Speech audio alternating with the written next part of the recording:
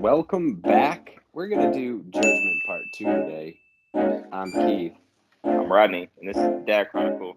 We talk about stuff and things that are on our mind, living advice for our daughters, for ourselves, and building community with the internet. Because why not? We're stuck inside. It's COVID. Like, even though we did this Where else should we build pre-COVID, community these days? yeah. So we like the you other all on the day, internet, and we're close to 400, Rod. We're close to 400. yeah. Oh, that's 40 push-ups. Another. Yeah. So I gotta ask you. So yeah, we've talked about Judgment before. yeah. What is new on your mind that you want to touch on for the girls in 15 years? Yeah, Judgment is important and it's dangerous. Get there. You need it. Judgment is how we make decisions, good and bad. It is also, from a mental standpoint, it can be very detrimental to self and to others in relationships if we're coming from a place of judgment. And I think that's rooted in comparison. And I think that's the bad kind. I think judgment for this may not be right for me. That's a good judgment. You need to have this. So there's like a discernment, and then there's comparison, and they're different. They both fall under judgment because English is a tricky language. Man, we should talk about language someday, but that's my thought. What's it's I think you nail it. Like, if I struggle with the word judgment simply because of its negative center, but to leave it for the girls is know when you're judging for productive purposes or when you're judging for judging purposes, because that, in your point, is the discernment to make a good decision versus the judgment to make a comparison.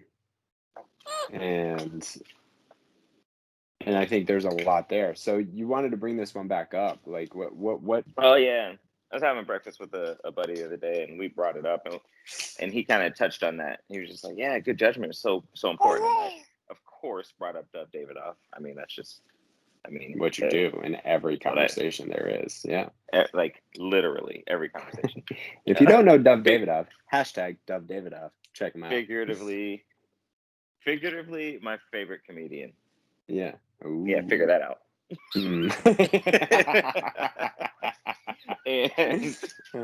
and basically, so that it was just that juxtaposition between discernment and judgment and comparison, and it was just, I thought it was worth bringing back up. And then I was talking to Rachel the other day, and I was explaining how I've come to understand why I don't like comparison, and it's basically because, especially when you're comparing two people, but it could be two things. Something gets diminished in the comparison versus just evaluating them for what they are. And I can't credit myself for that. I took that from Jim Harbaugh, but it was just, it's an elegant explanation of why I don't like comparison. Yeah, I mean, judgment's one of those funny things that I don't know if I've moved too much on. Simply, to your point, you bring it up, is the limit of the English language. We actually, what is it? Eskimos have 300 different words for snow. And we look at that and go, how do you have 300 different words for snow? But there are different types of snow, different impacts of snow, all of these things. And so they've expanded their language to describe what it is, not just that it is this thing, this generalized thing, right? And we simplify language to your use of figurative and literal, right? Literal now is defined as both figurative and literal. You figure that one out. Which kind of means it doesn't mean anything. I don't know. It's like matter and antimatter colliding and annihilating each other. Therefore, the word literal no longer exists. Figuratively. No.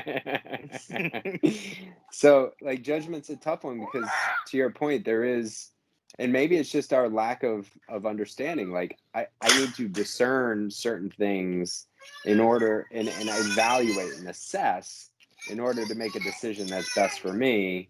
That can also be related to judgment.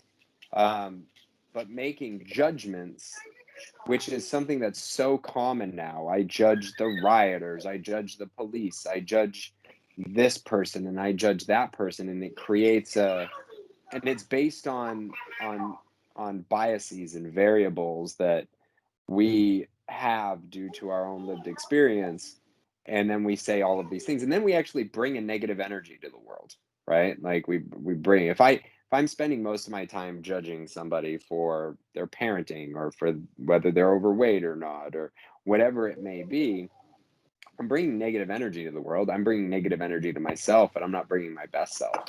And I think spending time in judgment can be one of the more caustic components to living a life you want to live. And it's such a human thing. I mean, it's a very ego-based thing. Yeah. Chance off. Hey, off. Thank you. Dogs. These dogs. It's a very ego-based thing, and it's, you know, we have this. The ego has this need to be better than. Like, I want to be better than you and them and everybody. Yeah. I want all the goods. Right.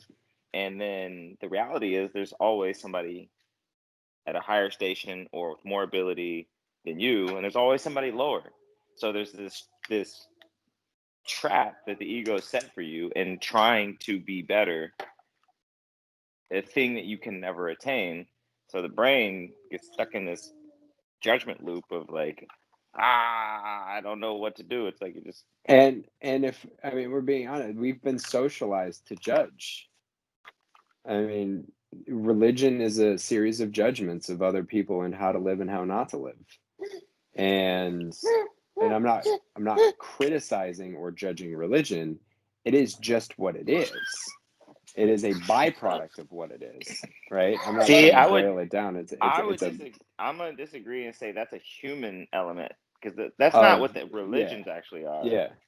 At their base, but when you add humans, you know, the failure points in a system. That's why I changed my word to byproduct. The human element of religion is a byproduct. You know, judgment becomes a byproduct of everything we've been socialized for thousands upon thousands of years, right? So we take it as okay. A little bit. I just thought about it a little bit. Or are you receiving judgment because you're more religious than I am? Am I what? And there, I said, are you receiving judgment because you're more religious than I am? I'm not judging religion, but one who may be religious may receive judgment. Yeah. Oh, which is a whole different conversation. No, that's not it. I'm just feeling judged when you're not being judged. How about that one? Oh, that's but anyway, judgment's a complicated thing. Judge less, discern more, and make good decisions. Unless you're a judge, and if you are a judge, couple things. One, have a snack for the afternoon.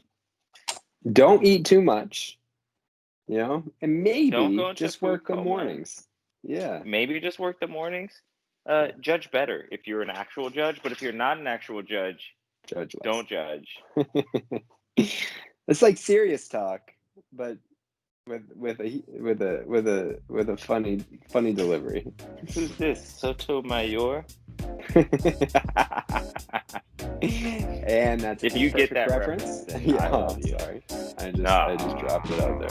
Nah, but what 1, 2, or 3 is that from? There's the question for today.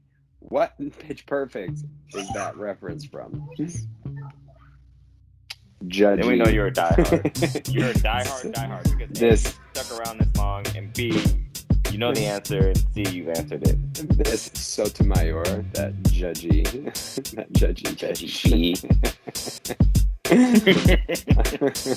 so oh, good. Goodness. All right, we're out of here.